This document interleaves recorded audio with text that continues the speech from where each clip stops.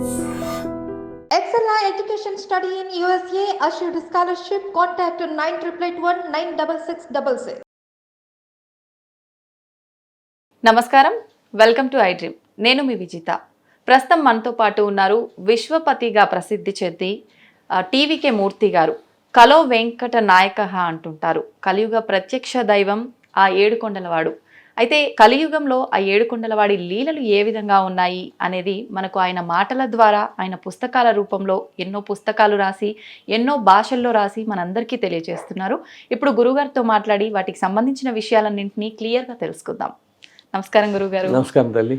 గురుగారు, మనకు అన్నమయ్యాచార్యుల వారి కీర్తన ఒకటి ఉంది, ఎంత మాత్రమున ఎవ్వరు తలచినా అంత మాత్రమే నీవు అని. అసలు ఏంటి గురుగారు, దాని అర్థం ఏంటి? అంటే తల్లి, ఇప్పుడు మనం ఇంతమంది వెళ్ళి వెంకటేశ్వరం దర్శించుకొస్తున్నాం. అండ్ ఎన్ని కోట్లాది కుటుంబాలకి ఆయన కులదైవం, ఇష్ట దైవం కదా ఇంత ఆరాధిస్తూ ఉంటాం కదా. అవును.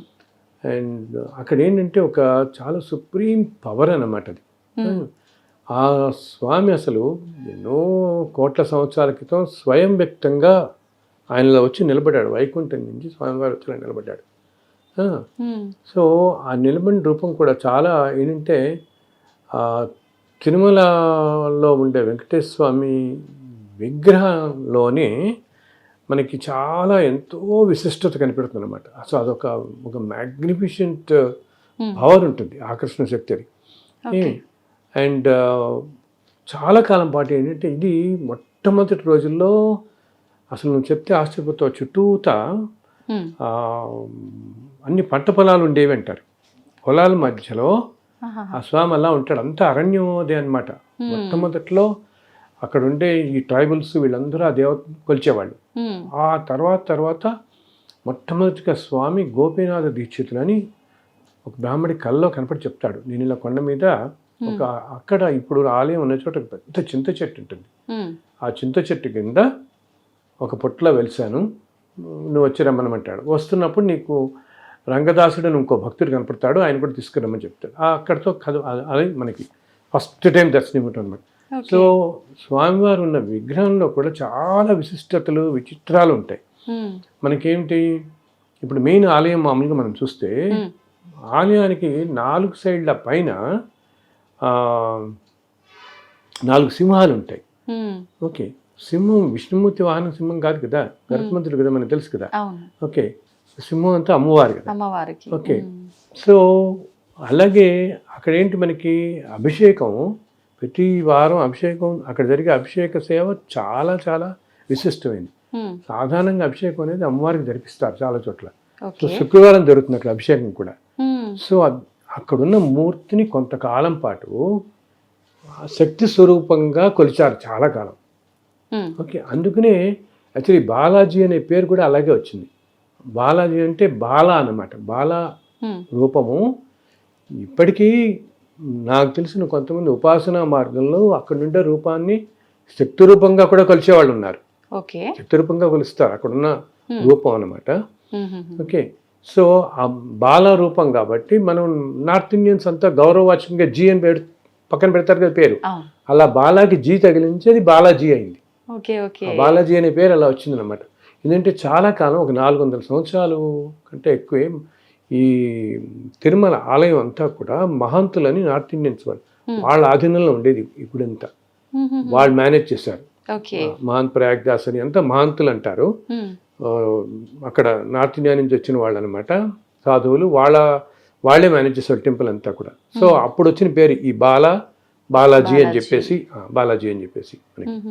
సో ఇంకొకటి ఏంటి విచిత్రం, అసలు యాక్చువల్గా ఏంటంటే అక్కడ ఉన్నది రూపం, నేను ఇందాక అన్నిటికంటే సృష్టి మొత్తానికి మూల కారణమైన రూపం ఏది ఉంటుందో పవర్ అంటామే శక్తి అనమాట. ఆ పరబ్రహ్మ శక్తి అక్కడ నుంచి అలా నిలబడి ఉంది మనకి. మనకేంటంటే మనం కలియుగంలో మనకి ఇన్ని పాపాలు చేస్తారు కాబట్టి మనుషులకి అది శిలారూపంలో కనిపిస్తున్నప్పటికీ ఆయన ఉన్నే మనలా శిలలాగా భ్రమింపచేస్తున్నాడు. కానీ సాక్షాత్ భగవంతుడు అలా నుంచి ఉన్నాడు అక్కడ. అయితే ఏంటి, అలా ఆ అన్నిటికంటే అతీతమైన శక్తి రూపం నుంచి అన్ని రూపాలు వచ్చినవి కదా. అవును. సో అప్పుడు ఆయన వచ్చేటప్పటికి మనకేంటి ఏదైనా ఆలయాలన్నీ కూడా ఆలయాలు కట్టడం అంతా కూడా ఆగమ శాస్త్రం ఫాలో అవుతారు. ఆగమ శాస్త్రంలో విష్ణు ఆలయం అంటే ఇలా ఉండాలి, శివాలయం ఇలా ఉండాలి, అన్నీ ఉంటాయి ఆగమ శాస్త్రంలో. నీకు ఆలయాలు కట్టే పద్ధతి, అక్కడ జరిగే పూజా విధానాల పద్ధతి అన్నీ కూడా ఆ శాస్త్రంలో ఉంటాయి. ఓకే. కానీ విచిత్రం ఏంటంటే తిరుమల ఆలయం వీటిలన్నిటికీ అతీతంగా ఉంటుంది. అసలు మామూలుగా ఏమంటాం మనం, ఈ వాస్తు ఇది చూసినప్పుడు కొండల మీద గుట్టల మీద ఎలివేటెడ్గా ఉండాలనుకుంటాం. టెంపుల్స్ కడతారు అందరూ చాలా ఎలివేటెడ్గా. వేరే నువ్వు చూస్తే యాక్చువల్లీ తిరుమల ఆలయం చుట్టూతా కొండలు ఉంటాయి, మధ్యలో ఉంటుంది ఆలయం, కిందకు ఉంటుంది. నువ్వు ఎట్ సైడ్ నుంచి అన్నా కూడా కింద దిగి వెళ్తాం మన గుడి దగ్గరికి కదా. అండ్ ఇంకోటి ఏంటి, సాధారణంగా విష్ణు ఆలయాల్లో ఎప్పుడూ కూడా విష్ణుమూర్తి విగ్రహం వెనకాలంటే గోడకు దగ్గరగా ఉంటుంది. శివాలయాల్లో మాత్రం మధ్యలో ఉంటుంది శివలింగం, అంతే కదా. శివలింగం మధ్యలో ఉంటుంది, ఇలా ఒక స్క్వేర్ రెక్టాంగిల్ మన ఎట్లా అనుకున్నా ఆ మధ్యలో ఉంటుంది శివలింగం. విష్ణుమూర్తి విగ్రహం మాత్రం వెనక్కి ఉంటుంది. వేరే ఇక్కడ విగ్రహం మధ్యలో ఉంటుంది, వెనకాల ఉండదు. ఓకే. అలాగే ఈ స్వామివారి చేతులకి విగ్రహంలోనే నాగాభరణాలు ఉంటాయి, అంటే నాగపాము ఇట్లా చుట్టుకుని ఉంటుంది అనమాట. ఓకే. అండ్ 4 చేతులు ఉంటాయి. అండ్ శంఖ చక్రాలు అనేవి విగ్రహం లోపల యాక్చువల్గా స్వామితో వెలిసినవి కాదు. శంఖ చక్రాలు తర్వాత రామానుజాచార్యుల టైంలో ప్రతిష్ఠింపబడతాయి అనమాట. ఓకే. ఇలా ఎన్నెన్నో విచిత్రాలు అక్కడ. అయితే ఇప్పటికీ కూడా ఏ అభిషేకాలు ఏ సమయాల్లోనూ కూడా శంఖ చక్రాలు కలపరు, వాళ్ళు ముట్టుకోరు. ఆభరణాలన్నీ సడలింపు చేయటం అంటాం చేసినా కూడా. సో అక్కడున్న మూర్తి ఏంటంటే అసలు చాలా కాలం శక్తి రూపంలో కొంతకాలం కొలిచారు, కొంతకాలం శివుడిని కొలిచిన వాళ్ళు ఉన్నారు, కొంతకాలం ఏమో సుబ్రహ్మణ్య స్వామి అని చెప్పి కొలిసి, ఎందుకు ఎన్ని రకరకాలుగా దానికి ఎవరికి అన్నారు వాళ్ళు చెప్తారు. ఇందాక చెప్పాను కదా, శక్తి రూపం అంటే చుట్టూతా ఈ ఉంటాయని, సింహాలు ఉంటాయని. అలాగే పక్కన పుష్కరిణి ఉంటుంది, పుష్కరిణి స్నానం చేస్తారు మన వాళ్ళు.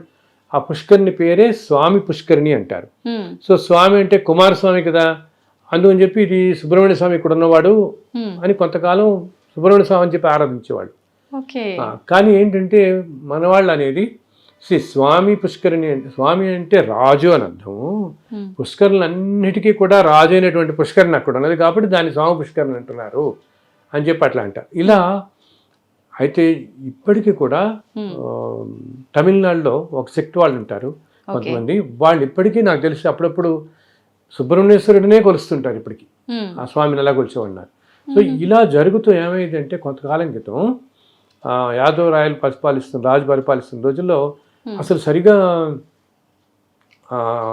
ఓ రోజు శివుడిని పూజించడం, ఓ రోజు మహావిష్ణువుని పూజించడం, ఓ రోజు శక్తిని పూజించడం, ఇట్లా ఇది సరిగా ఉండేవి కాదు. ఒక్కో రోజు ఏ పూజా విధానం వీళ్ళకి సరిగా లేక ఒకసారి పూజ చేయకుండా ఇట్లా వస్తుంటే అప్పుడు ఆ రాజు ఏం చేశారంటే, అప్పుడు రామానుజాచార్యులు వారిని పిలిపిస్తే, సో రామానుజాచార్యులు వారు వచ్చి ఇక్కడ ఉన్నది విష్ణువే అని చెప్పి నిర్ధారిస్తారు.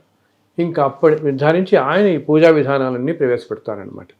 దానికి కూడా ఒక పెద్ద కథ ఉంది, ఏ విధంగా నిర్ధారించబడుతుంది అని ఇంకోసారి చెప్పుకుందాం అది. సో అప్పటి నుంచి ఇంకా అక్కడ ఉన్నది విష్ణువే అని కొలుస్తూ పెడుతున్నాం. కానీ ఈ ప్రపంచం మొత్తాన్ని నడిపించుస్తున్న శక్తి ఏదైతే ఉందో ఆ శక్తి అక్కడ ఉంది. అందుకనే అన్నమాచార్యులు వారు ఏమంటారు, ఎంత మాత్రమని ఎవ్వరు తెలిసినా అంత మాత్రమే నీవు అని చెప్పి, తలచుదురు నిన్ను శక్తి అంటూ ఇలా అని ఒక్కొక్క రూపం అంటూ ఏ రకంగా వచ్చినా ఆ రూపంలో నువ్వు కనిపిస్తావు అని చెప్పి ఆయనే అంటారు. దాంట్లో ఒక కీర్తనలో చెప్తారనమాట. సో అన్ని మూర్తులు కలిపి ఉన్నటువంటి స్వరూపం అక్కడ ఉన్నది. ఈ సృష్టి మొత్తానికి మూల కారణమైన స్వరూపం అన్నమాట. అన్నిట్లో ఎప్పుడుదో కూడా ఎవరికి తెలియదు, ఎన్ని కోట్ల సంవత్సరాల క్రితమో వెలిసిన మూర్తి. అండ్ చాలా కాలం ఒక ఆలయం అనేది లేకుండా ఆయన అలా ఎండకి వానికి తెరుస్తూ అలా ఉన్నాడు. ఆ తర్వాత రాజులు అది రావడంతో తర్వాత నెమ్మదిగా ఆలయ నిర్మాణం వస్తూ వచ్చింది. అండ్ ఇంకా విశేషం ఏంటంటే అసలు తర్వాత ఆ టైంలో మొట్టమొదటి అనేది స్వామివారు ఒక్కడే, ఇంక ఏ ఆలయాలు లేవు. తర్వాత చూస్తున్నామన్నీ కూడా తర్వాత వచ్చినవే. మనకి లోపల పెడితే యోగ నరసింహస్వామి ఉంటారు, ఇవన్నీ తర్వాత వచ్చింది అనమాట. మొట్టమొదటి స్వామివారు ఒక్కడు అలా నిల్చున్నాడు మన కోసం. ఓకే, కలియుగంలో. చాలా చాలా సంతోషంగా ఉంది గురుగారు, మీ ద్వారా చాలా మంచి విషయాలు తెలుసుకున్నాము. అందరూ చక్కగా, మీరు అందరూ కూడా సంతోషంగా ఉండాలి. థ్యాంక్ యూ గురుగారు. మంచి